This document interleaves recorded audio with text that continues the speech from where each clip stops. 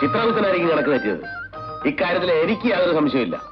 അല്ല പ്രഭു, വല്യമംഗലത്തെ പത്മനാഭൻ എന്ന പപ്പൻ ഇവനല്ല. പത്മനാഭൻ എന്ന പപ്പൻ വാതരോഗിയാണ്. 62 വയസ്സുണ്ട്.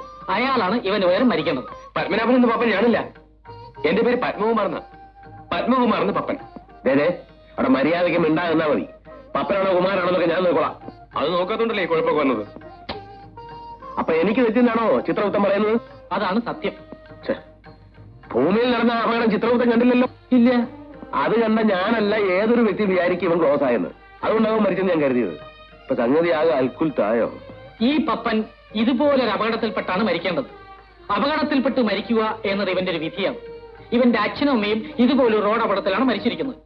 അപ്പൊ ആ ദുർവിധിയുടെ അവസാനത്തെ കന്യാണ് ഇവൻ. അതെ, പക്ഷേ ആയുസവൻ 7 ദിവസം കൂടി ബാക്കിയുണ്ടല്ലോ. ഏതായാലും ഒരാഴ്ച കഴിഞ്ഞ് മരിക്കണ്ടല്ലേ, സാരമില്ല. എന്ത് സാരമില്ല? എടാ പപ്പ, ഒരാഴ്ചത്തെ പ്രശ്നമല്ലേ ഉള്ളൂ. പോട്ടറാ. എങ്ങോട്ട് പോട്ടെന്ന്? എന്റെ 7 ദിവസം എനിക്ക് നിസ്സാരമല്ല. എനിക്ക് ജീവിക്കണം.